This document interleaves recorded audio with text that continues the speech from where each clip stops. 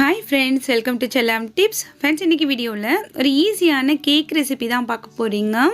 Christmas கொண்டாடக்கூடிய அனைத்து நண்பர்களுக்கும் ஹாப்பி கிறிஸ்மஸ், அட்வான்ஸ் கிறிஸ்மஸ் வாழ்த்துக்கள்.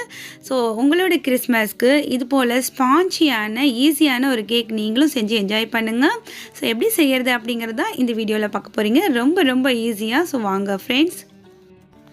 இந்த கேக் செய்கிறதுக்கு 2 முட்டை எடுத்துக்கோங்க. நீங்கள் முட்டை சாப்பிடாதவங்களா இருந்தீங்கன்னா முட்டையை விட்டுட்டு அதுக்கு பதில் 4 ஸ்பூன் அளவுக்கு தயிர் எடுத்துக்கோங்க.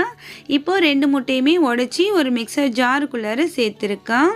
இப்போ நம்ம எந்த கப்பால் மாவு எடுக்க போகிறோமோ அந்த கப்பால் பாதி அளவுக்கு சுகர் இருக்க மாதிரி எடுத்துக்கோங்க. 1/2 கப் சுகர் நான் இன்றைக்கி சேர்த்துருக்கேன். இது கூடவே நம்ம அடுத்ததாக ஒரு 1/4 கப் அளவுக்கு ஆயில் சேர்த்துக்கலாம். சமையலுக்கு பயன்படுத்தக்கூடிய சன்ஃப்ளவர் ஆயில் நான் சேர்த்துருக்கேன்.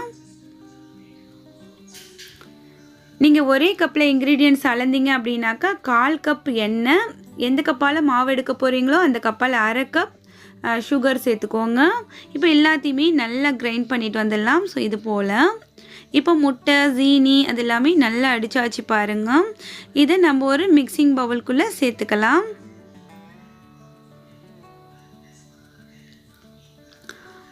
இப்போ நம்ம இது கூட 1 கப் அளவுக்கு நான் மைதா மாவு சேர்த்துருக்கேன். நீங்கள் ஹெல்த்தியாக இருக்கணும் அப்படின்னாக்கா கோதுமை மாவு சேர்த்துக்கோங்க. இல்லைனா இதில் பாதி அதில் பாதி கூட சேர்த்துக்கலாம். ரொம்பவே நல்லாயிருக்கும்.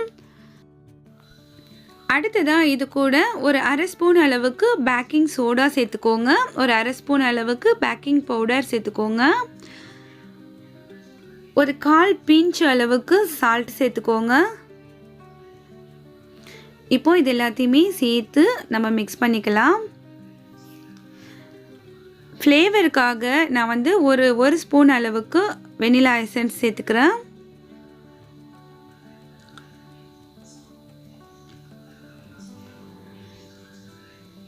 இப்போ எல்லாத்தையுமே நம்ம மிக்ஸ் பண்ணிடலாம். மிக்ஸ் பண்ணிவிட்டு நம்மளோட பேட்டர்ன் எப்படி இருக்குது அப்படிங்கிறத பார்க்கலாம்.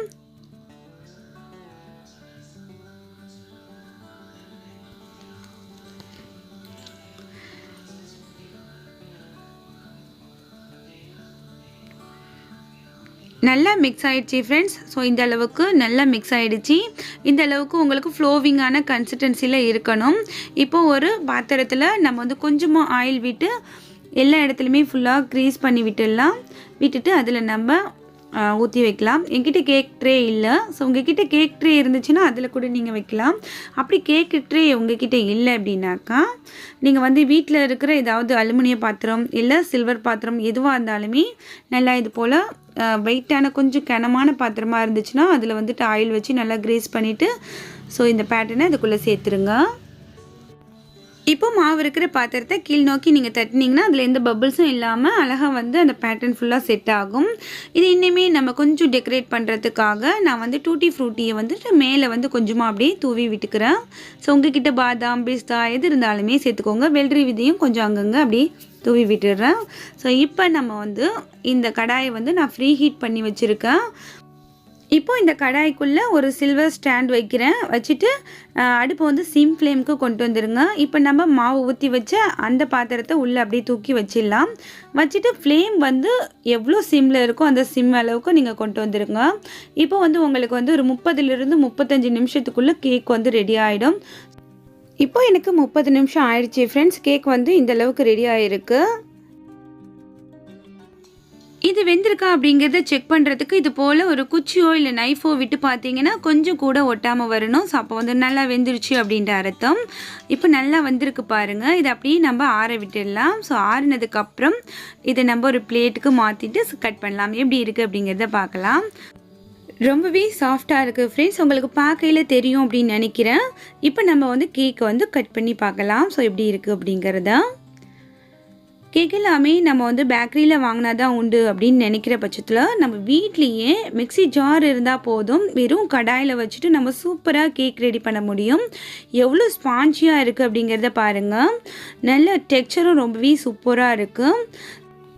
ரொம்பவே ஈஸியான மெத்தடில் நம்ம இன்றைக்கி கேக் செஞ்சுருக்கோம் ஃப்ரெண்ட்ஸ். நீங்களும் இது போல் செஞ்சு பாருங்கள். இந்த கிறிஸ்மஸ்க்கு நீங்களும் செஞ்சு பார்த்துட்டு எப்படி இருந்துச்சு அப்படிங்கிறத மறக்காமல் இந்த கமெண்ட்ஸில் சொல்லுங்கள்.